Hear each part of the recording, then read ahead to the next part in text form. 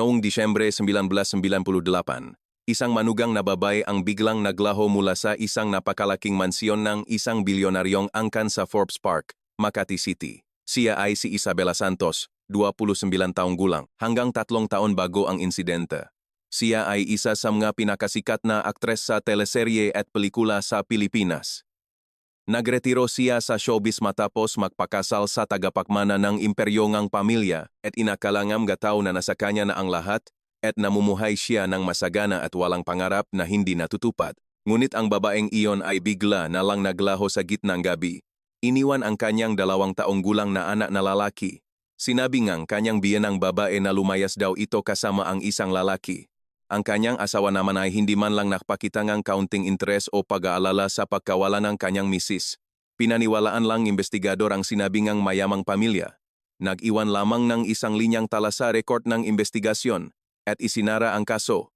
Dinala ng nakatatandang kapatid na babae ni Isabela ang isang sulat bilang ebidensya, ngunit pinauwi lamang siya sa tapat pa lang ng pintuan ng presinto. Nangyari ito nung panahong bihira pa ang mga cellphone at CCTV camera. Kung anuman ang nangyari sa likod ng matataas na pader ng mansyon ng magabilyonaryo, walang paraan para malaman ito ng magana sa labas. Sa loob ng 10 taon, walang nangyari.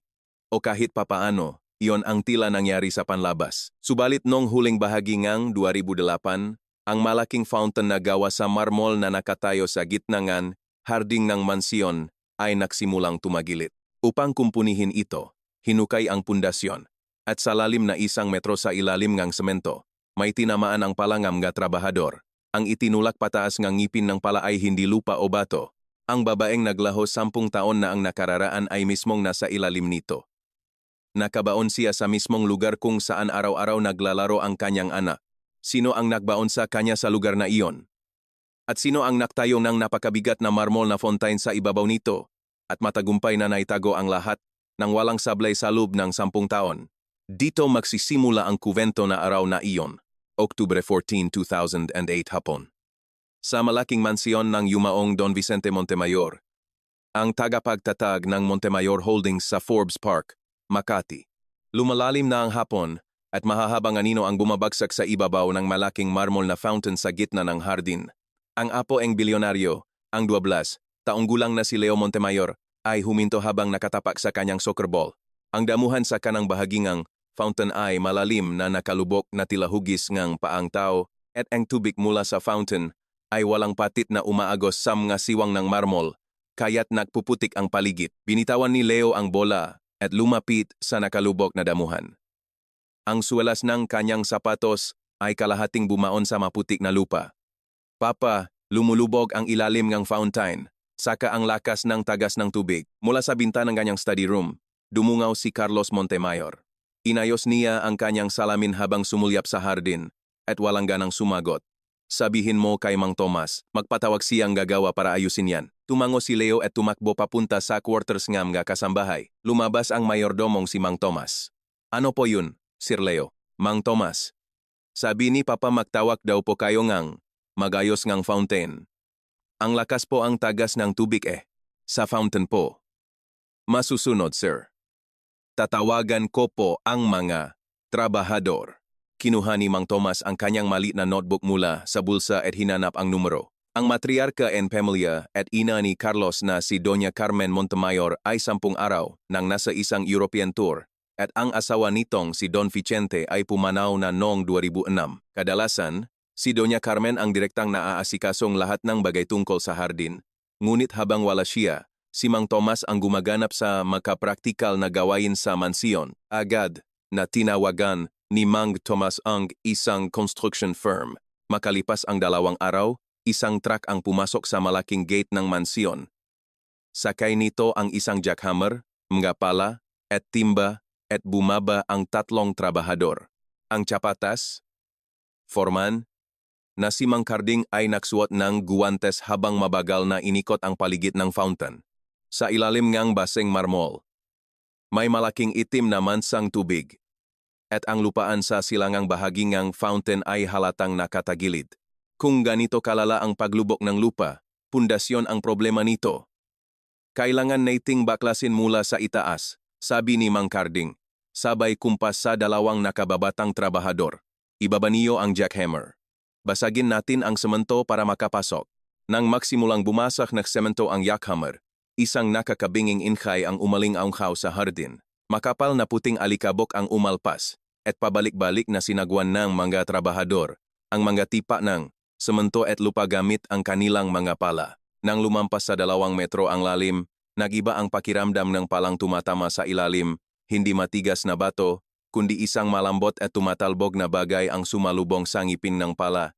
Agad na itinaas ni Mang Carding ang kanyang kamay. Teka, stop, may bagay sa ilalim. Lumuhod si Mang Carding at kinamay ang pag-alis ng lupa. Isang malaking bultongang itim na trapal, tarpaulin, ang lumitaw. Nang maingat na iangat ni Mang Carding ang isang dulong trapal, bumungat ang takip ng isang malaki at kupas na asul na plastic drum na labis nang nabago ang kulay. May mahabang bitak sa ibabaw ng drum at mula sa siwang na iyon ay may puting bagay na nakausli. Huminto ang kamay ni Mang Carding sa ere. Napaatras ang isa sa mga trabahador at nabitiwan ang kanyang pala. Boss, hindi ba buto yan? Dahan-dahang tumayo si Mang Carding. Kinuha niya ang kanyang cellphone mula sa bulsa, ngunit nanginginig ang kanyang magadaliri kaya 2 beses siyang nagkamaling ang pindot. Hello? Makati Police Station ba ito? Dito po sa mansyon ni Don Vicente Montemayor sa Forbes Park. Nahuhukay po kami ng pundasyon para sa fountain. Tapos may nakuha po kaming parang butong tao. 40 minuto matapos matanggap ang tawag. Isang itim na sasakyan ng pulisya ang pumarada sa harap ng mansyon. Bumaba mula sa sasakyan si Police Captain Mateo Reyes ng Criminal Investigation and Detection Group, CIDG, ng Makati. Siya ay 37 taong gulang, may matipunong pangangatawan at matalas na mga mata. Pagpasok niya sa hardin, inikot niya ang kanyang paningin. Nakalayo ang mga trabahador mula sa fountain, at sa loob ng hinukay na butas ay kalahating nakalabas ang itim na drum. Lumuhod si Capt. Reyes sa harap ng butas at binuksan ang kanyang flashlight. Nang tumama ang liwanag sa siwang ng drum, malinaw na lumitaw ang hugis ng puting bagay. Buto ng tao. Sa tabi nito ay may isang pambabaeng leather shoe mula pa noong dekada 90 at isang labis na kinalawang na metal bracelet na nakadikit sa sapatos. Tumayo si Capt. Reyes at nilingon ang matrabahador. Huwag na huwag kayong hahawak ng kahit ano. Mula ngayon, ang buong hardin na ito ay isasara bilang isang crime scene. Kinuha niya ang kanyang radyo. Base, dito, sa Mansyon Nege Mega Montemayor, sa Makati. Nakatakpo tayo ngang pinaniniwala ang labingang tao sa ilalim ng pundasyon ng fountain sa hardin. Humihiling ako ngang Soko team. Dumating ang Soko at binuhat ang buong drum. Nakuha nila mula sa loop ang halos buo pang kalanse.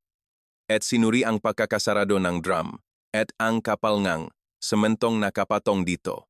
Lumapit ang team leader ng Soko kay Captain Reyes. Sa ganitong antas ng pagkakasarado, nasa 8 hanggang 12 taon na ang nakalipas mula ng ibaon ito. Tumango si Capt. Reyes at isinulat ang mga numero sa kanyang notebook. Nang alamin niya ang kasaysayan ng mansyon, isang detalye ang nakapukaw sa kanyang pansin. Ang fountain na ito ay ipinatayo noong taong 2000 sa utos ng biyenan na si Doña Carmen at 2 taon bago iyon, noong Disyembre 1998, sa mismong mansyong ito naganap ang hindi pa nare-resolbang kaso ng pagkawalang ng manugang na si Isabela Santos, dating actress na noon ay 29 taong gulang. Bumaba si Captain Reyes sa archive room sa basement ng Makati Police Station.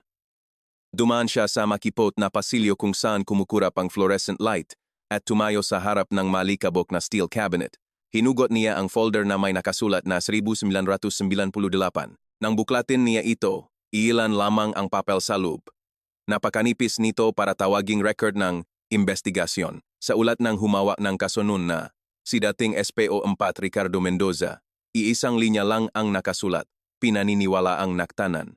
Walang praktikal na dahilan para ipagpatuloy ang investigasyon. Dahan-dahang isinara ni Capt. Reyes ang folder at pumikit ng matagal. Inihambing ng forensic lab ang dental records ng kalansay sa dental records ng klinika na pinupuntahan ni Isabela Santos noong 1998. Wala pang 48 oras, lumabas ang resulta. Ang gmidabuto ay kay Isabela Santos.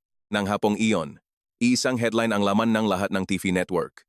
Kalansay ng sikat na aktres na naglaho 10 taon na ang nakararaan, natakpuan sa ilalim ng fountain ng Montemayor ang halaga ng sapi, stocks. Ang Montemayor Holdings ay bumagsak ng husto sa stock market at yumanig ang balita sa buong showbiz at business sector. Nakatayo si Carlos Montemayor sa harap ng telebisyon sa kanyang study room. Nang lumabas sa screen ang larawan ng kanyang asawa noong kasikatan nito, tinakpan niya ngang dalawang kamay ang kanyang mukha. Nakayuko lang siya at hindi gumalaw ng mahabang panahon. Sa parehong oras, umuwi si Leo mula sa paaralan.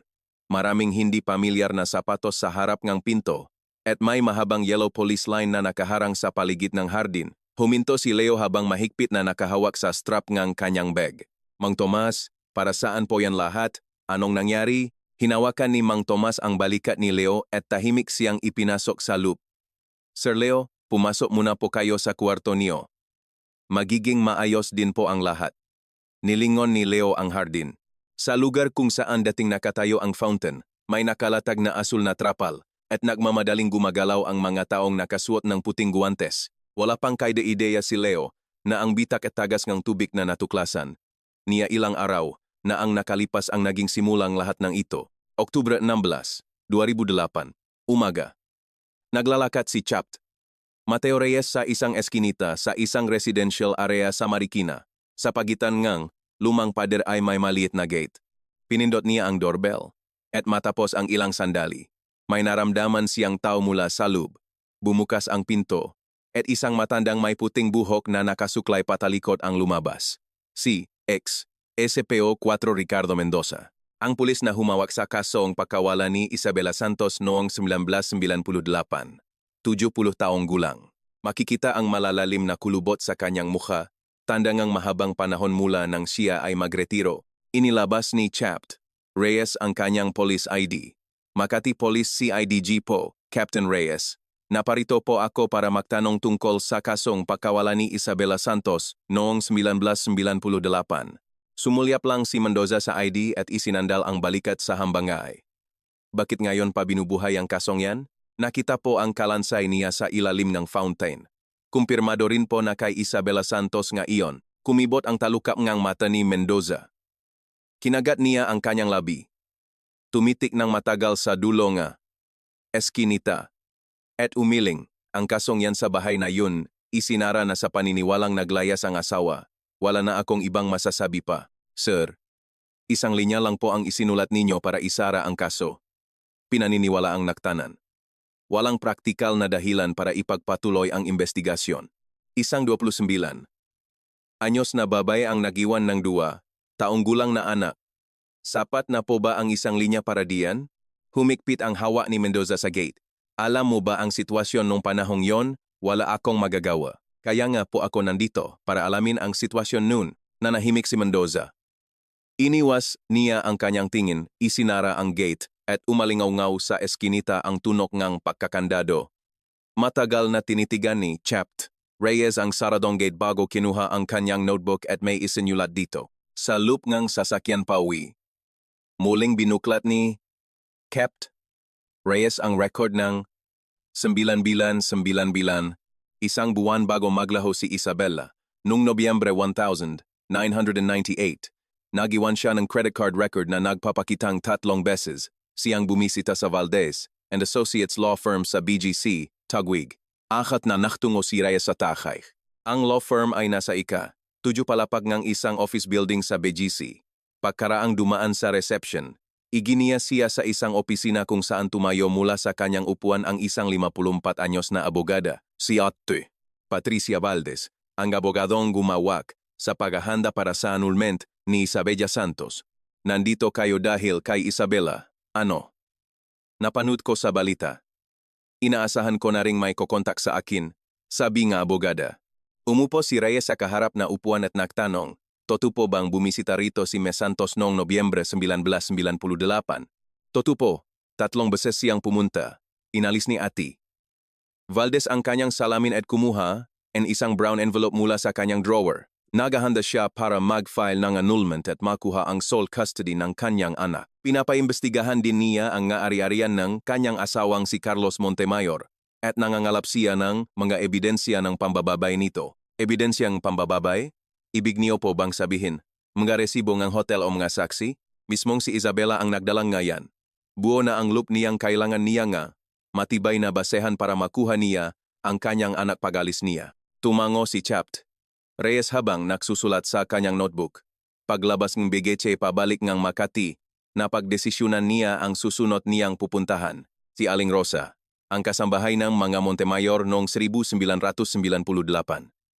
Sa edad na 57, nakatira na si Aling Rosa sa isang maliit na apartment sa Pasig. Nang buksan niya ang pinto at makita ang police ID, nanlaki ang kanyang nga mata. Tungkol po ito kay Ma'am Isabela, no? Napanood ko po sa balita. Nakita raw sa ilalim ng fountain. Tumango si Chapt Reyes at pumasok sa maliit na sala. May naala po ba kayo noong gabi nga? Disyembre 4, 1998. Umupo si Aling Rosa sa gilid ng sofa. Pinaksiklop ang mga kamay sa ibabaw ng kanyang tuhod. Nanginginig ang kanyang mga daliri. Nung gabi pong yon, may narinig akong sigawan sa main house mula kina Doña Carmen at Ma'am Isabela. Madalas naman po silang hindi makasundo. Pero iba po yung gabing yon. Hindi lang simpleng pagtatalo. Parang nagwawala na sila. Narinig niyo po ba kung ano ang pinag-awayan? Makapal po ang madingding kaya hindi ko po masyadong naintindihan. Pero sigurado po akong sumisigaw si Doña Carmen. Narinig ko rin po ang boses ni Ma'am Isabela. Umabot po yun ng halos 1 oras. Yumuko si Aling Rosa at nagpatuloy. Kinaumagahan, sinabihan ako ni Sir Carlos. Nagimpake na raw ang asawa niya at lumayas. Na hindi raw karapat-dapat ang babaeng yon sa pamilya nila.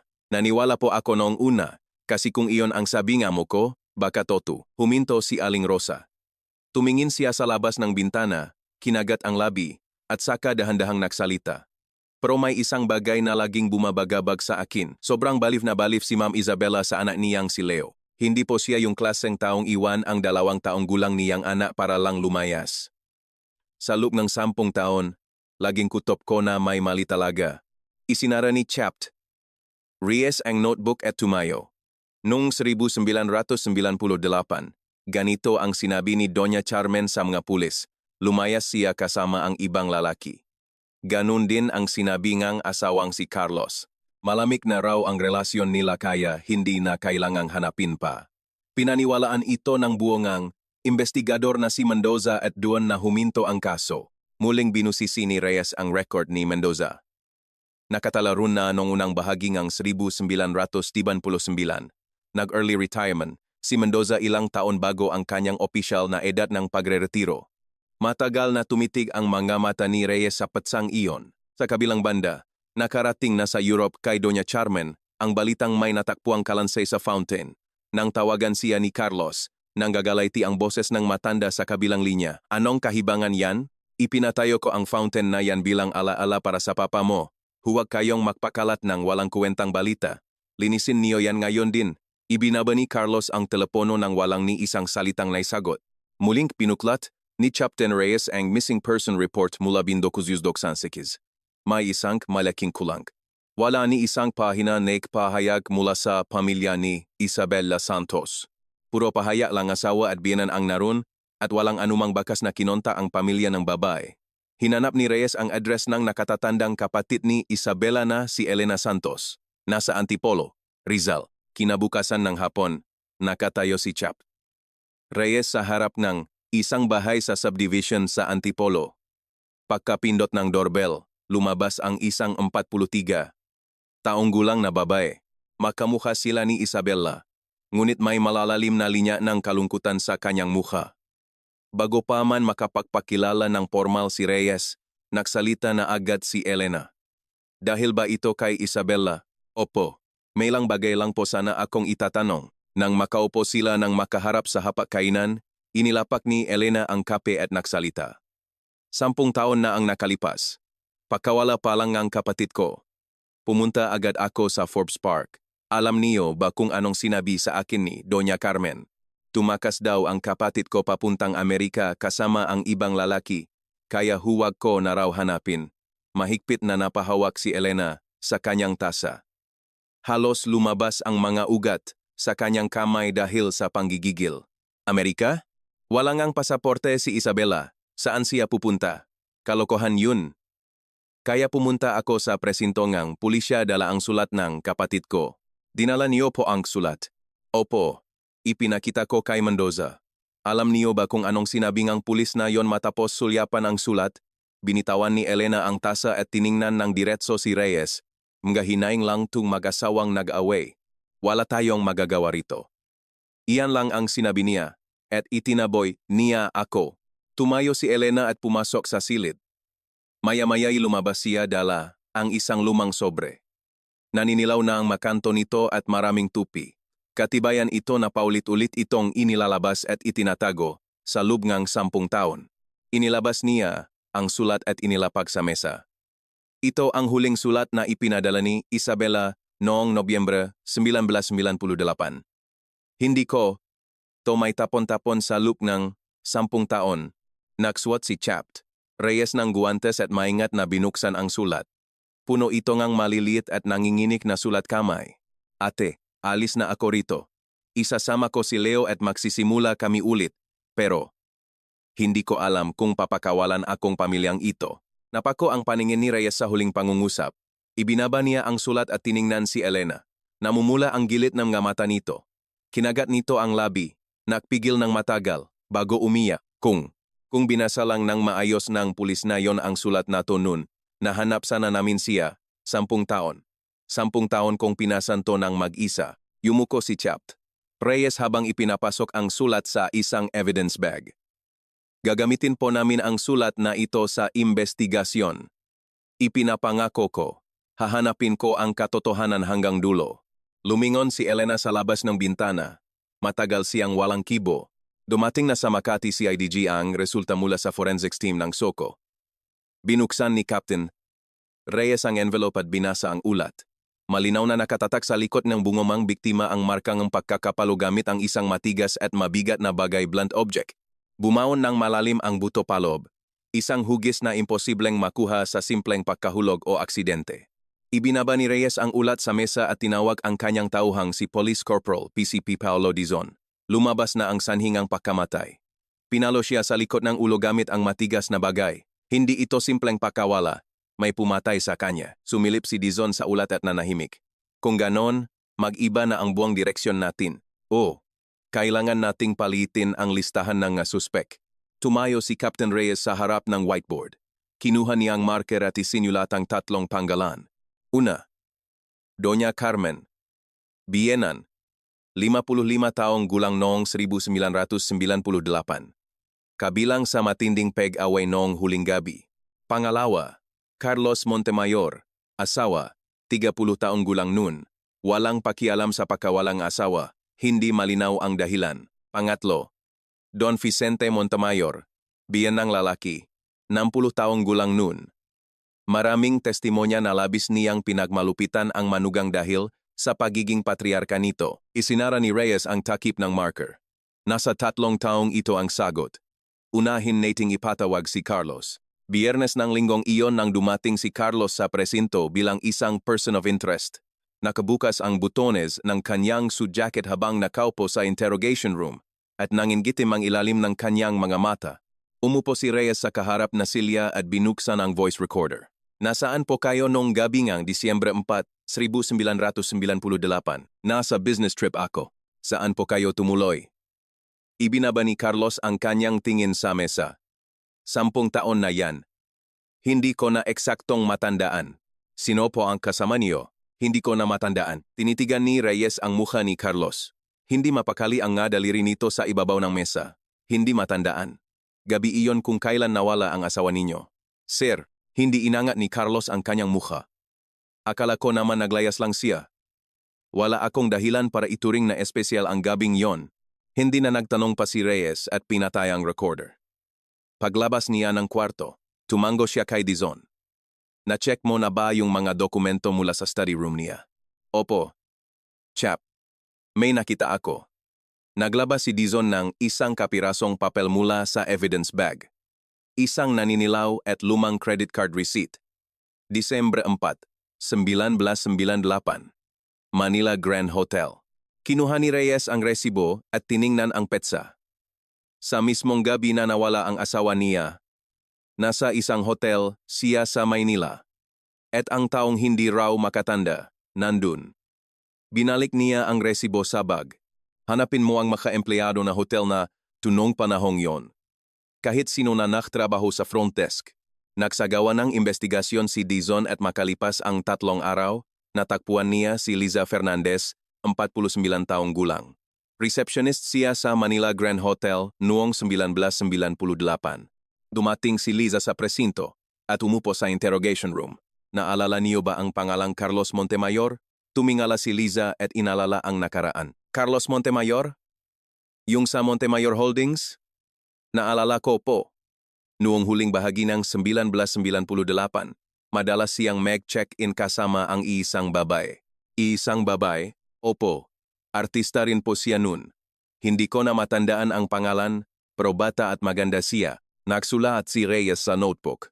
Mga ilang beses po silang nagpunta? Malamang po nasa 30 o 40 beses. Laging isang palapag at isang kwarto ang kinukuha nila kaya tanda ko pa. Paglabas ng kwarto, tumayo si Reyes sa harap ng bintana sa pasilyo. Kumuha siya ng sigarilyo, isinubo, pero binalik din sa bulsa. Nabuo ang teorya na simula huling bahagi ng 1998. Nakikipagkita si Carlos sa ibang aktres sa hotel. Noong gabi ring nawala ang asawa niya. Nasa hotel siya. Kaya imbes na magtaka, sinabi niyang hindi na kailangang hanapin pa ang asawa dahil pabor sa kanya ang pagkawala nito. Tumingin si Reyes sa 3 pangalan sa whiteboard. Sa tabing ng pangalan ni Carlos, isinulat niya, motibo para sa pambababae. Wala sa pinangyarihan ng krimen, lumipat ang tingin niya sa 3 pangalan. Don Vicente Montemayor, tinagwag niya si Dizon. May makakapagpatunay kung nasaan si Don Vicente noong Disyembre 4, 1998. Yung mayordomo nilang si Mang Tomas. Dumating si Mang Tomas sa presinto at umupo, formal na nakapatong ang 2 kamay sa tuhod. Disyembre 4, 1998. Nasa mansyon po si Don Vicente noon. Pagkatapos maghapunan, uminom po siyang gamot sa study room at maagang pumasok sa kwarto. Ibig sabihin, nasa loob siyang bahay? Opo. Toto po.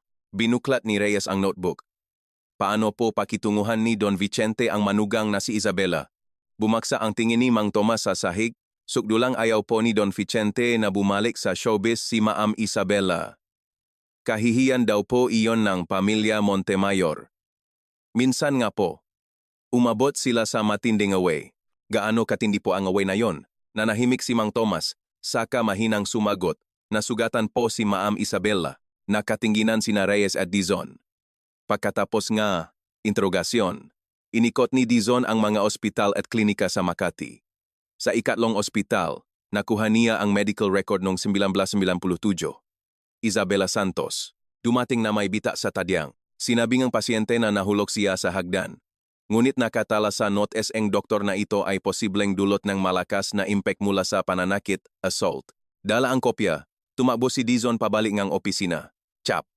May record na nanakit si Don Vicente noong 1997. Nabali ang tadyang ni Isabela. Kinuha ni Reyes ang ulat at tinitigan ito ng matagal. Lumapit siya sa whiteboard at isinulat sa tabi ang pangalan ni Don Vicente. May kasaysayan ng pananakit. 1997. Parehong may motibo ang 3. Si Doña Charmen ay kabilang sa mainit na pag-away noong huling gabi, pabor kay Carlos ang pakawalang asawa, at may kasaysayan ng pambubugbog si Don Vicente. Isinara ni Reyes ang marker at umupo, humalukip-kip siya at matagal na pinagmasdan ang whiteboard. Kailangan na tingtingnan ang nga bagay hindi lang ang nga tao. Kumunot ang no ni Dizon. Bagay Kep? Ang fountain. Bakit sa ilalim pa mismo ang fountain? Kapag nasagot natin yan, malalaman natin kung sino ang gumawa. Tumayo si Reyes at kinuha ang construction record ng fountain mula sa tambak ng mga dokumento. Hanapin mo ang kontratista noong 2000. Kailangan nating malaman kung sino ang nga trabahador na kasama sa construction. Kinuha muli ni Reyes ang kopyang sulat na binigay ni Elena at inilapak sa mesa. Hindi ko alam kung papakawalan akong pamilyang ito. Nakapako ang tingin sa pangungusap na iyon, binuksan niya ang kanyang notebook, ang paghahanda para sa annulment na kinumpirma ni Ate Valdez. Ang malalang pag-away na narinig ni Aling Rosa. At ang sulat na ito. Hanggang sa mga huling sandali bago siya maglaho, pilit na kumakawala si Isabela sa pamilyang iyon. At ang pagtatangkang iyon ang bagay na hindi kailanman matatanggap ngang isa sa kanila. Ang pinakamahalagang tanong dito ay hindi kung sino ang gumawa, kundi kung bakit mismong sa ilalim ng fountain. Bulong ni Reyes habang nakatingin sa labas ng bintana. Lumulubog na ang araw, at tanging ang fluorescent light na lang ang nagpapaliwanag sa opisina. Nobyembre 3, 2017, umaga. Tumunok ang telepono sa CIDG office. Sinagot ito ni Cepela Dizon. Makati, Polits, CIDG. Po, ang boses sa kabilang linya ay mababa at garalgal. May kasama itong matinding pag-ubo. Ako po ang gumawa ng pundasyon and fountain sa Mansion Mga Montemayor noong 2000, pero may mali talaga sa trabahong yon. Tinakpan ni Dizon ang mouthpiece at sinunyasan si Reyes. Lumapit si Reyes. Maaari po bang malaman ang pangalan ninyo? Naputol ang linya. Pinatrache agad ni Dizon ang numero. Galing ito sa isang pagamutan, sanatorium, sa Tagaytay. Nang hapong iyon bumiyahe sina Reyes at Dizon pa Tagaytay. Pagdaan nila sa pasilyo ng ikatlong palapag at pagbukas sa pinto ng kwarto. Isang lalaki ang nakahiga sa kama malapit sa bintana. Si Arturo Bautista, 60 taong gulang. Naninilaw ang kanyang mukha at may nakakabit na oxygen tube sa kanyang ilong. Malubha ang kanyang kanser sa baga at tuwing humihinga, malakas na tumataas at bumababa ang kanyang dibdib. Umupo si Reyes sa silya sa tabingang kama at nagpakita ng ID. Kayo po ba ang tumawag sa presinto kaninang umaga? Dahan-dahang lumingon si Arturo. Namumula ang kanyang mga mata at tuyong-tuyo ang mga labi. Opo, nakita ko po sa balita na may nakuha raw buto sa ilalim ng fountain. Nung nakita ko yun, naisip kong hindi na ako dapat manahimik. Kayo po ba ang gumawa ang fountain noong 2000? Opo. Kasama po ako sa construction firm. Ako po ang naka-assign sa pundasyon. Umubo si Arturo at inayos ang hawak sa oxygen tube. Dapat po 80 centimeters lang ang lalim ng hukay para sa fountain. Pero mismong si Doña Carmen po ang lumabas at nagturo kung saan ilalagay. Gusto niya doon mismo itapat sa ibabaw ng lumang bodega sa likuran ng hardin. Bodega po? Opo. Parang basement po na may pababang sementadong daanan. Dati po pinaglalagyan ng mga lumang gamit at basura. Pinahukay niya kami hanggang sa mismong sahig ng bodega. Huminto si Arturo at tumingin sa kisame. Pumikit siya bago muling dumilat. May nakabaon pong malaking asul na drum na balot ng itim na trapal. Tumigil ang panulat ni Reyes. Nakita niyo po ang drum? Opo. Naktaka nga po ako Kaya tinanong ko si Doña Carmen kung ano yun. Pinasadahan ng dila ni Arturo ang kanyang tuyong labi bago nagpatuloy. Alam niyo ba kung anong sabi niya? Manggagamit daw yun ng yumaong asawa niya, parang time capsule daw. Kaya huwag na huwag ko raw, bubuksan at buhusan ko na agad ng semento sa ibabaw. Sinunod niyo po ba ang utos niya? Tanong ni Reyes. Bumagsak ang paningin ni Arturo sa kanyang kumot. Hinaplos ang kabilang kamay niya, ang balat kung saan nakabaon ang karayom ng e-fluid. Sinunod ko po, kasi nung oras na yun, binayaran ako ni Doña Carmen ng cash, 3 beses ang laki sa normal kong sahod. Ganito kakapal yung envelope, ipinakita niya ang puwang sa pagitan ng kanyang hinlalaki at hintuturo. Sabi niya, huwag ko raw ipagsasabi kahit kanino ang ginawa namin. Nagduda rin po ako nun. Pero kailangan kong at pamilya ni Gibayon. Iniwas ni Arturo ang kanyang tingin. Mula sa bintana, pumaso ang sina nga araw. Kinalimutan ko po yun sa loob ng 8 taon. Pero simula nung maospital ako rito ngayong taon at wala nang ginawa kundi mag-isip, lagi kong naalala yung nangyari. Tapos nakita ko po sa balita. Tumingin muli si Arturo kay Reyes, nangingilit ang luha sa kanyang namumulang mata. Kung nagsumbong po sana ako nun, baka hindi umabot sa ganito. Gusto ko pong tanggalin ang bigat na to sa dibdib ko bago ako mamatay. Isinara ni Reyes ang notebook at nanahimik ng ilang sandali.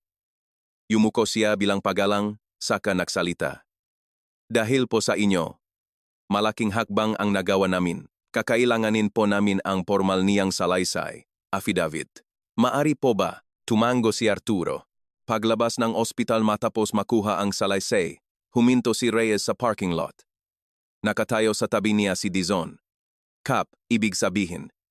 Si Doña Carmen mismo ang nagpatayo ng fountain sa ibabaw ng bangkay. Kulang pa sa ebidensya. Isa lang ang saksi natin. Kailangan natin ng magpapatibay dito. Sabi ni Reyes habang binubuksan ang pinto ng kotse. Kailangan nating buksang muli ang bodega sa ilalim ng fountain. Pagbalik sa Makati, nagtungo ang team sa mansyon. Matapos tuluyang tanggalin ang fountain, sinuringang soko ang lumang bodega. Ang pababang pasukan ng bodega ay nasa 7 hanggang 8 metro lamang mula sa likod ng pinto ng main house at may pababang slope na nasa 30 degrees. Kumuha silang sample ng lupa mula sa sahig ng bodega para sa matinding pagsusuri. Makalipas ang ilang araw, lumabas ang resulta. Nakakita nga bakas ng fluid at chemicals decomposition fluid mula sa nabubulok na katawan ng tao sa lupa ng bodega. Pinapatunayan nito na matagal na itinago ang bangkay sa loop ng drum sa mismong lugar na iyon. Tumayo si Reyes sa harap ng whiteboard sa opisina para ayusin ang timeline. Disyembre 1998. Pagkatapos ng krimen, isinilit ni Doña Carmen ang bangkay sa drum. Isinara ito at itinago sa bodega. Itusin o 900 o Films. Na stroke na ospital si Don Vicente. Lubos na nakontrol ni Doña Carmen ang buong mensyong. Taksibol 2,000. Sa dahilan na magpapaganda ng hardin para ipagdasal ang pagaling ng asawa, inutos niya ang pagpapatayo ng fountain eksakto sa itaas ng bodega. Ang drum sa sahig ng bodega ay tuluyan ng natabunan ng semento. Lumingon si Reyes at nakita si Dizon na nakatingala sa whiteboard. Hindi niya inilipat ang bangkay. Nagtayo siyang istruktura sa ibabaw nito. Tama. At pagkatapos mamatay ni Don Vicente, taon-taon silang nagkakaroon ng memorial service sa mismong harap ng fountain. Lahat ng kapamilya at kaibigan, nagkakatipon doon, nag-alay ng bulaklak at nagdarasal. Sinong mag-iisip na hukayin ang ilalim nun? Umupo si Reyes at humalukip-kip. Ginamit niya ang rason ng pagdarasal at paggunita para walang magduda sa loob ng 10 taon. Ang fountain ay hindi lang basta bato, isa itong nitso. Sa mga panahong iyon, naglabas kang pahayag si Carlos sa pamamagitan ng kanyang abogado. Wala siyang kinalaman sa pagkamatay ng asawa at wala siyang kaalam-alam sa ginawa ng kanyang ina. Inalam nga investigador ang schedule ng pag-uwi ni Doña Carmen mula Europe, Nobyembre 12. Inaasahang darating sa Ninoy Aquino International Airport, Naya. Kinuha ni Reyes ang panulat. Huhulihin natin siya sa airport. Nobyembre 12, 2008, 3:00 p.m. Sa arrival area ng Naya, nakasandal si Chapt Reyes sa isang poste. Sa kabilang poste naman ay nagbabantay si CPL Dizon habang nakatingin sa flight information board. Ang eroplano ay lumapak na 20 minuto ang nakararaan at nagsimula ng maklabasan ang mga pasaherong dumaan sa imigrasyon. Eksaktong 3:28 p.m. nang lumabas si Doña Carmen, 65 taong gulang. Mayos na, nakapusot ang kanyang puting buhok at nakasuot siyang itim na trench coat. Wala ni katiting na pag-aalinlangan sa kanyang paglakad habang hila-hila ang kanyang maleta. Lumapit si Reyes. Doña Carmen Montemayor po. Tama. Captain Reyes po ng Makati Police CIDG. Maaari po ba namin kayong maimbitahan sa presinto? Huminto si Doña Carmen at tiningnan si Reyes mula ulo hanggang paa. Nanliit ang kanyang mamata. Anong kasalanan ang ginawa ko? Tatawagin ko ang abogado ko? Isa po itong imbitasyon. Hindi po namin kayo pinipilit, humihingi lang po kami ng kooperasyon ninyo. Mahigpit na hinawakan ni Doña Carmen ang handle ng maleta. Lumingalinga siya sa paligid at mariyang itinikom ang kanyang bibig. Tatawagin ko muna ang abogado ko sa interrogation room ng Makati Police. Nang dumating ang abogado, saka lang umupo si Doña Carmen. Tuwit na tuwit ang kanyang likod, nakapatong ang makapatong na kamay sa kanyang hita at hindi nawawala ang kanyang tindi. Umupo si Reyes sa kaharap na silya at binuksan ang voice recorder. Natagpuan po ang kalansay ng manugang ninyong si Isabela Santos sa ilalim ng pundasyon ng fountain. Ang fountain po na ito ay ipinatayo noong taong 2000, tama? Hindi tumango si Doña Carmen, ngunit sumagot siya. Tama. Ipinagawa ko iyon para sa asawa ko. Wala itong kinalaman sa manugang ko. Pero masyado pong malalim ang pundasyon para sa isang ordinaryong fountain. Mabigat ang marmol, kaya siguro nila aliman, nega gumawa ang pundasyon. Kumuha si Reyes ang dokumento mula sa envelope. Ito po ang kopya ng sinumpaang salaysay ni Arturo Bautista. Siya po ang mason na gumawa ng fountain noong 2000. Sinabi niyang kayo raw po mismo ang nakturo kung saan ilalagay ang fountain. Sa ibabaw mismo ng bodega. Nang makita niya ang groom, sinabihan niyo siyang huwag gagalawin iyon at buhusan na agad ng semento. Nagbayad daw kayo ng 3 beses sa normal nilang sahod, cash, at sinabihan silang manahimik. Humibot ang talukap ni Doña Carmen, pero hindi nanginig ang boses niya. Alam niyo ba kung nasaan ang taong yan ngayon? Nasa sanatorium siya. Malubha ang sakit sa baga at halos wala na sa sarili. Paniniwalaan niyo ba ang sinasabi ng ganyang tao? Ibinalik ni Reyes ang salaysay sa envelope at tahimik na tinitigan si Doña Carmen. Hindi umiwas ng tingin ang matanda. Ang manugang ko, naglayas kasama ang ibang lalaki noong 1998. Yan na rin ang sinabi ko sa mga pulis nun. Nang makitang walang mapapalasa ngayon, pinatay ni Reyes ang recorder at lumabas. Sa pasilyo, naghihintay si Dizon na may bitbit na mga dokumento. Namumula ang mukha nito. Chap, may nakuha pa ako habang iniimbestigahan yung tungkol sa pananakit ni Don Vicente. Ano yon? Sinabi natin na nasuntok niya si Isabela noong 1997, di ba? Pero may isa pang remarks, yung Dr. Don sa hospital record niya. Inilabas ni Dizon ang papel. Maraming nakitang lumang pasa sa likod at braso ng pasyente. Hindi ito isang insidente lamang. Pinaghihinalaang paulit-ulit ang nagaganap na pang-aabuso. Ibig sabihin, hindi lang minsan siyang binugbog. At nung gabi nga, Disyembre 4, 1998, nasa loop lang ang bahay si Don Vicente. Baka si Don Vicente talaga ang totoong pumatay, chap. At itinago lang ni Doña Carmen ang bangkay para pagtakpan ang asawa niya. Ibinaba ni Reyes ang papel at tumingin sa bintana. Humahaba na ang mga anino sa parking lot dahil sa papalubo na araw. Pinatuno niya ang bintana gamit ang kanyang daliri. May kasaysayan si Don Vicente na bugbugin si Isabela. Nasa bahay siya noong gabing krimen, at labis niyang kinamumuhian ang pagbabalik ni Isabela sa showbiz. Nagsimulang magbago ang ihip ng hangin sa investigasyon. Lumingon si Reyes kay Dizon. Tingnan mo kung anong kondisyon ni Don Vicente noong Disyembre 1998. Lahat ng medical records niya, kunin mo. Tumango si Dizon at umalis. Makalipas ang 2 araw, dumating ang record mula sa personal na doktor ni Don Vicente. Binasa ito ni Reyes. Mula pa pala noong Oktubre 1998, maluba na ang arthritis, joint problems, at may early symptoms ng stroke vascular disease, si Don Vicente. Hindi na siya makalakad ng walang tungkod. Nakasulat sa ulat ng doktor, kinakailangan ng saklay sa paglalakad. Malaki ang ibinagsak ng lakas ng mga braso at binti. Ibinaba ni Reyes ang ulat at yumiling. Isang 64 anyos na matanda na hindi makalakat ng walang tungkod. Papaluin ang isang 29 anyos na babae sa likod ng ulo gamit ang matigas na bagay ng sobrang lakas para bumaon ang bungo? Impossible. Natahimik si Dizon. Kung ganun, hindi si Don Vicente ang gumawa, hindi kayang katawan niya. Lumapit si Reyes sa whiteboard at binilugan ng malaki ang pangalan ni Doña Carmen. Muli nilang sinubaybayan ang mga galaw nito noong Disyembre 4, 1998. Walang kahit anong record o saksi na nagsasabing lumabas ngang bahay si Doña Carmen. Bakkus, ang pahaya ni Aling Rosa ay nagpapatunay na magkasama sila ni Isabela sa main house noong gabing iyon. Pasado 9:00 ngang umaga nang bumukas ang pinto ng opisina. Pumasok si Dizon na may hawak na diaryo. Chap, kailangan niyong makita to. Sa ibabang bahagi ng pahayagan, may malaking headline. Dating manager ni Isabela Santos.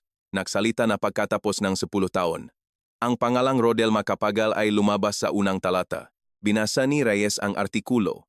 Ayon sa interview ni Rodel Macapagal, naging makarelasyon daw sila ni Isabela at noong unang bahaging Disyembre 1998, inalok niya si Isabela na maktanan na sila. Tiniklop ni Reyes ang diaryo at nanlit ang gamata. Ano nga ulit ang laging iginigiit ni Doña Carmen simula pa noon? Nalumaya si Isabela kasama ang ibang lalaki. Ibinagsak ni Reyes ang diaryo sa mesa. Ipatawag niyo ang lalaking to. Kinabukasan ng hapon. Dumating si Rodel Macapagal sa presinto. 45 taong gulang. Nakapatong ang sunglasses sa kanyang ulo habang nakaupo sa interrogation room. Totoo bang naging makarelasyon kayo ni Isabela? Tanong ni Reyes. Nagde 4 si Rodel at sumagot. Totoo po. Naging close kami bilang manager niya. May gusto rin sa akin si Isabela. At noong Disyembre 1998, inalok niyo siyang maktanan? Opo, sabi ko sa kanya, tumakas na siya sa pamilyang yun at magsimula kami ulit. Tinitigan siya ni Reyes ng mabuti. Sumulyap si Rodel sa dingding. Ano pong sagot ni Isabela? Sabi niya, salamat daw. Pag-isipan niya. Tumango si Reyes at naglaba ng isang papel mula sa envelope. Ito po ay karagdagang salaysay, affidavit, mula kay Ati Valdez. Ang abogadong umahawak. Engi annulment ni Isabela. Ito po ang mismong sinabi ni Isabela sa kanyang abogado. Laging tumatawag ang dating manager kong si Rodel at nakakairita na. Tinanggihan ko ang alok niyang maktanan, kusang natanggal ang pagkakadekwatro ni Rodel. Napahawak siya sa kanyang tuhod. Baka yun lang ang sinabi niya sa abogada niya. Ibig sabihin, one-sided obsession lang ang nararamdaman mo para sa kanya. Nanahimik si Rodel. Hindi na, siya pinilit pa ni Reyes. Paglabas sa pasilyo, kinausap ni Reyes si Dizon. Ang kwentong lumayas kasama ang ibang lalaki ay gawa-gawa lang ni Doña Carmen mula pa sa simula. Ginamit niya ang obsession nitong si Rodel para palabasing sumama ang manugang niya sa ibang lalaki. Tumango si Dizon. Kung ganun, isa na lang talaga ang natitira. Nobyembre 20, 2008. Dumating ang final autopsy report mula sa Soco. Binuksan ito ni Reyes. Ang direksyon at hugis ng pagkakabaon ng bungo sa likod ng ulo ay tumutugma sa isang mabigat at bilugan. Heavy and round na bagay. Isang malakas na hampas na nanggaling sa itaas pababa mula likod papunta sa harap. May isang linyang idinagdag sa ibaba ng ulat. Ang pumalo ay pwedeng kasing tangkat ng biktima o mas mababa ng kaunti. Binuksan ni Reyes ang kanyang notebook. Doña Carmen, 5'2", 157 centimetro. Isabella Santos, 5'5", 165 centimetro. Kung hinampas ni Doña Carmen si Isabela mula sa likuran, eksaktong tutugma ito sa anggulo. Dizon, ihanda ang formal na patawag kay Doña Carmen bilang suspek, utos ni Reyes. Tapos, ipa-search muli ang mansyon. Gusto kong makita ang listahan ng ma-display sa sala noong 1998. Pumasok ang mga investigador sa main house ng Montemayor. Sa isang sulok ng sala, may 3 florera vase na gawa sa marmol na nakahilera sa ibabaw ng estante, display cabinet. Tiningnan ni Dizon ang distansyang bawat isa. 4 sana ang makakasya ron, ngunit 3 na lang ang natitira. At may naiwan pang bilog na bakas ng alikabok kung saan dapat nakapatong ang ika-4. Lumapit si Mang Tomas. Dati po, set of enpat yan. Alam ko pong may nawalang isa. Kailan pa nawala? Tanong ni Reyes. Pilit inalala ni Mang Tomas. Mga bandang katapusan taong 1998 po.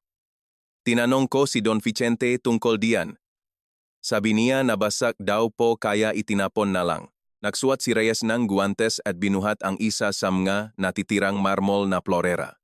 Napakabigat nito dahil purong marmol, at ang ilalim nito ay bilugan at hugis silinder, eksaktong tumutugma sa inilarawan sa ulat ng Soco. Tiningnan ni Reyes si Dizon. 4 ito dati, isa ang nawala. At nawala ito ng katapusan ng 1998. Kumuha ng picture si Dizon bilang ebidensya. Nobyembre 25, 2008, 10 a.m. Dumating si Doña Carmen sa Makati Police Station kasama ang kanyang abogado. Nakaswat siya ng itim na damit at pearl earrings. Umupo siya at inilagay ang mamahaling bag sa kanyang hita. Tuwit na tuwit pa rin ang kanyang likod. Umupo si Reyes sa kaharap na upuan. Binuksan ang recorder at kamera, ngunit hindi niya binuksan ang kanyang nga dokumento. Ipinatong niya ang 2 kamay sa mesa at tinitigan si Doña Carmen. Doña Carmen, mag-usap po tayo ng mas kalmado ngayon.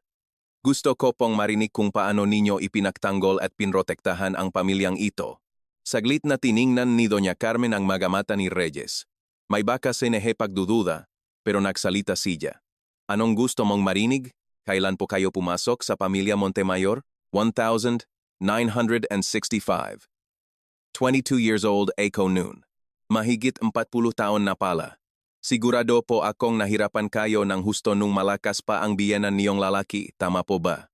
Gumiling ng bahagya ang mga daliri ni Doña Carmen sa hawakan ng kanyang bag. Sinong manugang ba ang hindi nahihirapan? Pero ipinaglaban ko ang pwesto ko. Kahit na nakasakit ang asawa ko, ako ang nag-asikaso.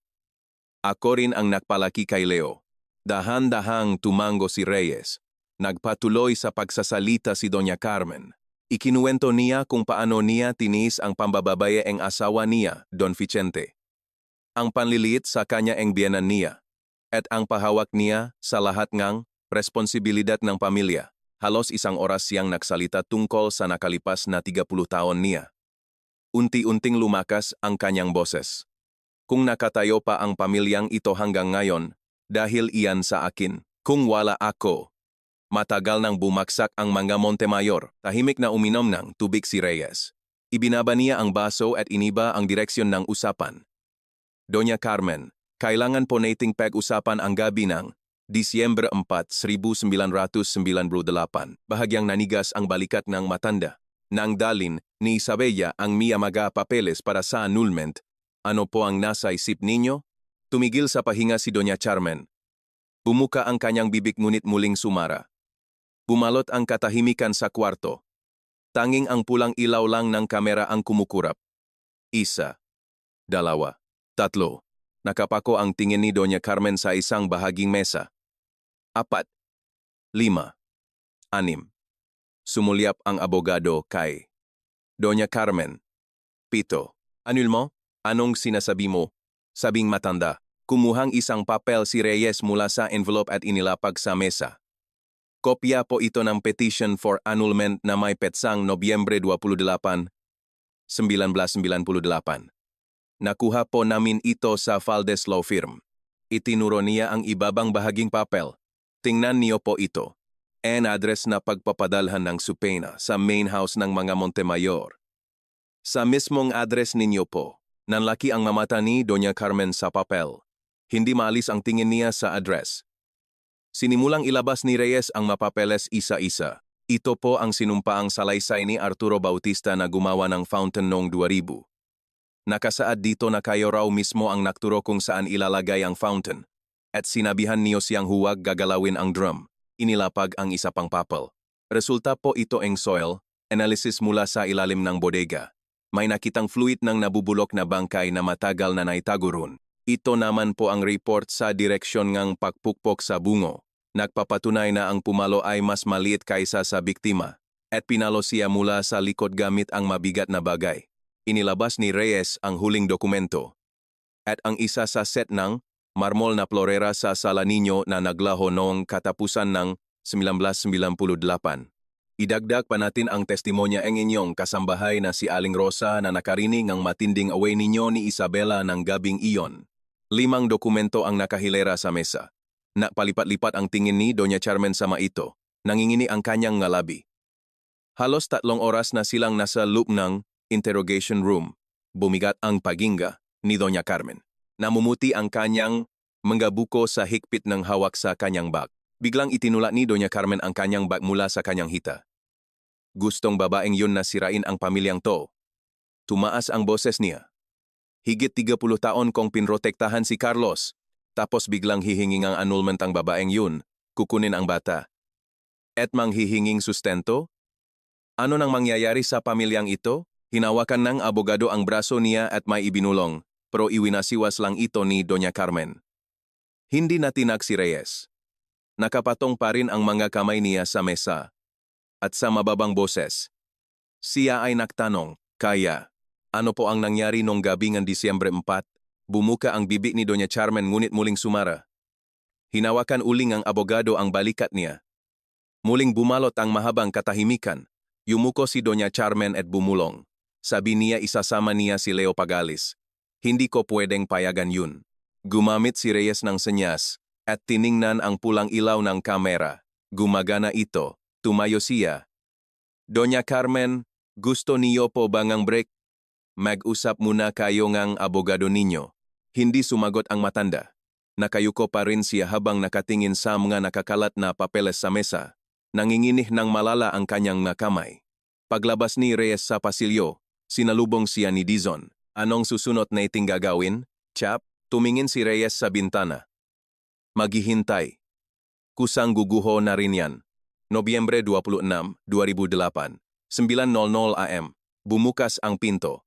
Pumasok si Doña Carmen na iba na ang hitsura kumpara kagabi. Maitim ang ilalim ngang Kanyang nga mata at walang kulay ang kanyang labi. Pagkatapos mag-usap ngang matagal ng kanyang abogado, nagbago na siyang posisyon. Nagsalita muna ang abogado.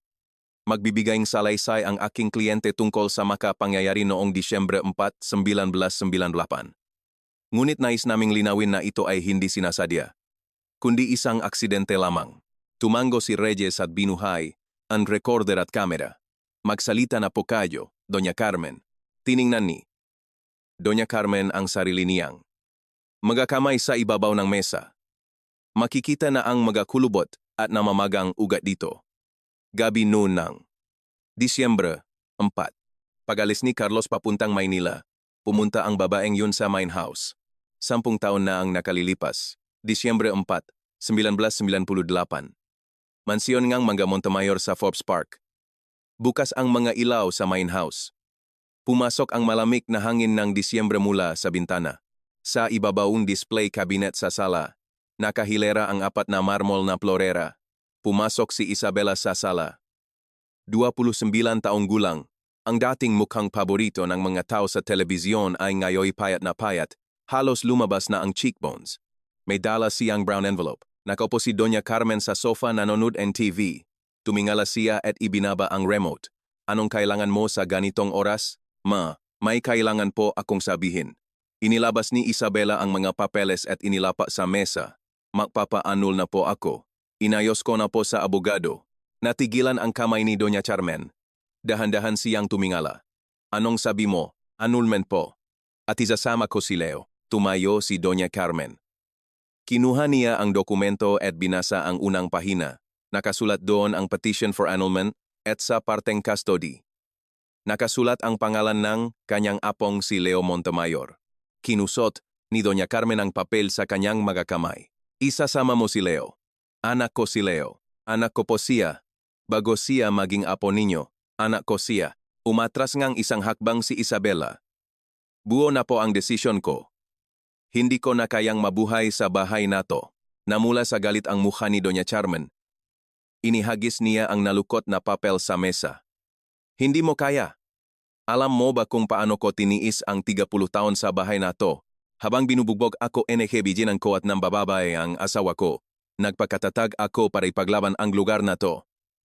Tapos ikaw bigla ka na lang magpapanulat hihingi NHPera? Paano naman ang 30 taon ko? Naintindihan ko po ang pinagdaanan niyo, Mama. Pero may sarili rin po akong buhay. Akmang kukunin ulit ni Isabela ang lukot na papel sa mesa. Iuwi ko na po to. Sasabihin ko na lang sa abogado na padalhan kayong bagong kopya. Hinawakan ni Doña Carmen ang pulso ni Isabela. Umalis ka kung gusto mo. Pero hindi si Leo. Dito siya sa pamilyang 2. Pilit na pumigla si Isabela.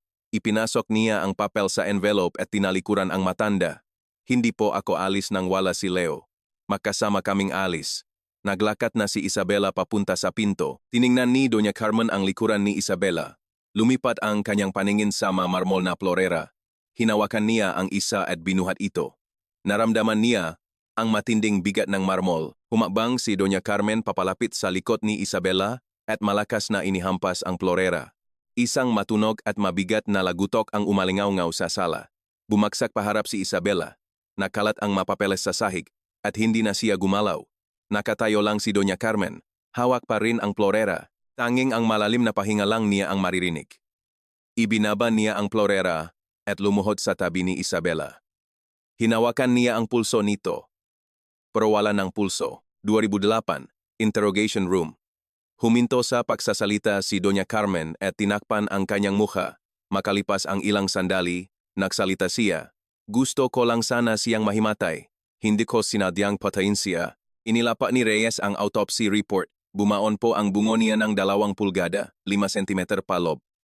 Hindi po ganyan kalakas ang kailangan para lang makapagpahimatay ng tao. Ibinaba ni Doña Carmen ang kanyang makamay at tiningnan ang papel.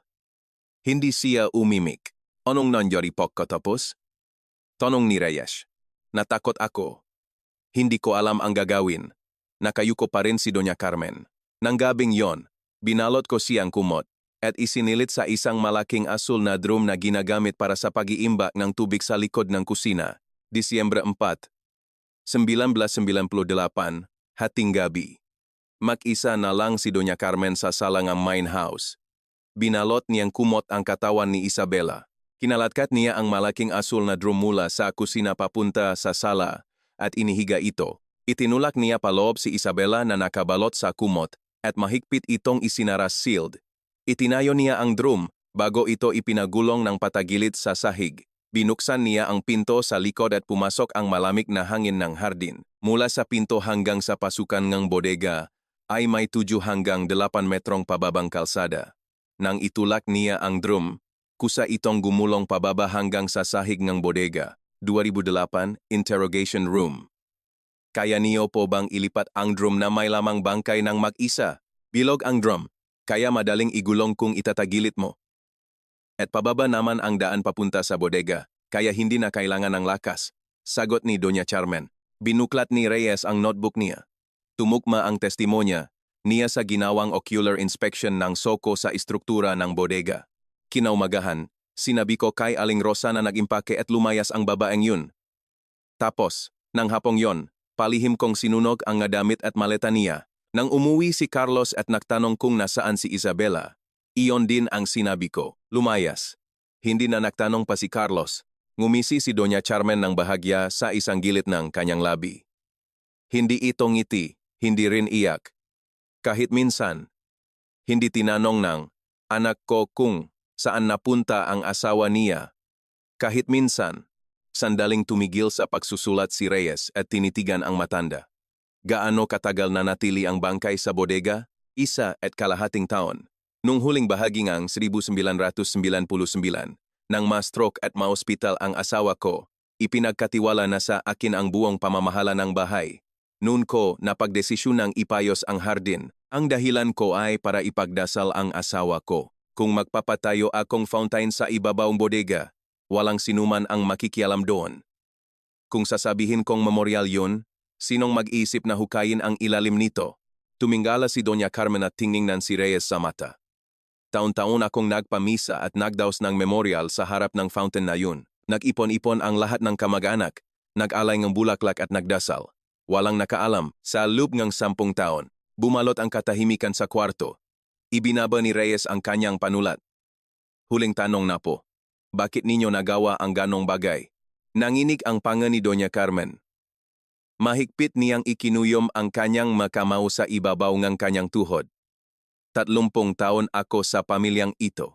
Tiniis ko ang pambababae ang asawa ko. Tiniis ko ang pangapi ang biyenan ko. Ipinaglaban ko ang pamilyang ito, iyan lang ang pinanghawakan ko. Tapos sasabihin ng babaeng yun na magpapaanul siya at isasama pa ang apo ko. Ano na ang kwenta ng 30 taon ko? Hindi ba't parang ibinasura na rin ang buong buhay ko? Tumulo ang luha mula sa mata ni Doña Carmen. Hindi na niya ito pinunasan pa. Pinatay ni Reyes ang rekorder. Inayos niya ang mga dokumento at tumayo. Pinagsamangang investigasyon ang pag-amin ni Doña Carmen at ang mga pisikal na ebidensya. Ang autopsy report, ang testimonya ni Arturo Bautista, ang soil analysis sa bodega, ang papel para sa annulment, ang pahayag ni Aling Rosa sa pag-away, ang nawawalang marmol na florera, at ang natitirang labi sa blue drum, lahat ay nakonekta-konekta.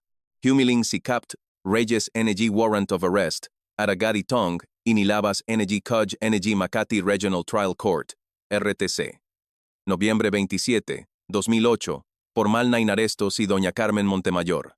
Paglabas niya ng interrogation room, ngayon lang nakitang nakuba ang kanyang likod. Sa ilalim ng ilaw sa pasilyo, humaba ang kanyang maliit na anino. Disyembre 2008. Formal na sinampahan ng kaso ang Makati Prosecutor's Office si Doña Carmen. Nakasulat ng detalyado sa charge sheet ang trahedya noong 1998 at ang 10 taong pagtatago ng bangkay. Dahil pasok pa sa 15-year prescription period ang pagpatay noong 1998, may 5 taon pang natitira. Tuloy ang paglilitis. Sa loob ng Makati RTC. Nakaupo si Doña Carmen sa upuan ng akusado. Nakasuot ng itim, walang makeup, at sa loob ng 1 buwan ay lalong lumubog ang kanyang pisngi. Iginigit ng defense lawyer. Na aksidente at crime of passion. Na nagawa sa bugso ng damdamin ang pagpatay kay Isabela, ngunit hindi pumayag ang taga-usig prosecutor. Isa-isang itinuro ng prosecutor ang mga ebidensya. Pagkatapos ng krimen, Itinago ngang akusado ang biktima sa loob ngang isang drum sa bodega. Makalipas ang 1.5 taon, nakpatayo pa siyang fountain sa ibabaw nito at sementado itong ibinaon. Ganyan ba ang kilos ngang isang taong na aksidente lang? Hindi sumagot si Doña Carmen. Nakayuko lang siya. Pinagsinungalingan ng akusado ang pamilya ng biktima. Sinabing naktanan ito. Nang magsumbong sa pulis ang kapatid ng biktima, ang kasinungalingang ito ang naging hadlang sa investigasyon. Sa pinakaunang hanay ng mga manonood, nakaupo si Elena. Nakapatong sa kanyang hita ang isang lumang wallet na dating ginagamit ng kapatid niya. Lumabas din ang pangalan ni Carlos sa paglilitis. Ang katotohanang nasa isang hotel siya kasama ang ibang babae noong Disyembre 4 at ang kawalan niyang pagnanais na hanapin ang nawawalang asawa.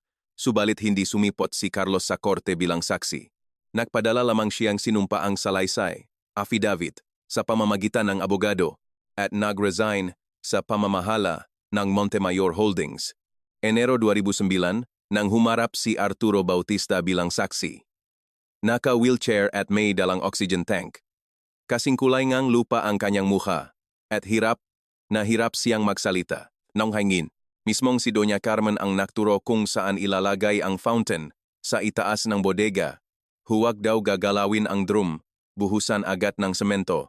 Hindi po ba kayo nagduda nun? Tanong ng prosecutor. Tumango si Arturo habang hawak ang oxygen tube. Nagduda po. Pero binigyan niya akong triple sa sahod ko para manahimik. Kaya pinilingis na lang ng konsensya ko. Humihihingal si Arturo at humina ang boses. Nagsisisi ako. Dapat noon pa lang, naksumbong na ako. Marso 2009, ang araw ng hatol. Nakaupo si Doña Carmen sa pwesto ng akusado na katingin ng diretso. Binasa ng judge ang desisyon. Kahit na isaalang-alang ang katotohanang inalay ng akusado ang kanyang buhay para sa kanyang pamilya bilang mitigating circumstance, ang pagbawi sa buhay ng kanyang manugang at ang patuloy na paghadlang sa katotohanan na naging dahilan ng labis na pagdurusa ng pamilya ng biktima sa loob ng 10 taon ay hindi kailanman mabibigyan ng hustipikasyon. Inahatulan ang akusado, NG pagakulong, NG 17 taon, preclusion temporal. Nang tumayo si Doña Carmen, nanginig ang kanyang mabinti. Inalalayan siyang magwardiya. Bago siya lumabas ngang korte, lumingon siya sa mga manonod at naktama ang mga paningin nila ni Elena. Mahigpit na yakap ni Elena ang lumang wallet ni Isabela habang nakatingin kay Doña Carmen. Si Doña Carmen ang unang umiwas ng tingin. Paglabas ni Elena sa korte, pinalibutan siyang reporter. Huminto siya at nagsalitang isang linya lamang. Gusto lang naman ng kapatid ko na mamuhayng normal kasama ang anak niya. Tinalikuran niya ang makamera at bumaba sa hagdan ng korte. Walang sinuman ang naglakas loob na gambalayin siya sa kanyang pagiyak. Ang dating investigador na si Mendoza ay sumailalim sa Internal Affairs Investigation ng PNP. Napatunayang pinabayaan niya ang ebidensyang sulat na dinala ni Elena noong 1998. Dahil sa kapabayaan niya sa tungkulin, tinanggalan siyang bahagi ng kanyang pensyon. Ayon sa mga nakakita sa kanya, nakayuko lang daw si Mendoza sa buong prosesong investigasyon. 10 araw pagkatapos niyang magtestigo, binawian ng buhay si Arturo Bautista sa sanatorium sa Tagaytay.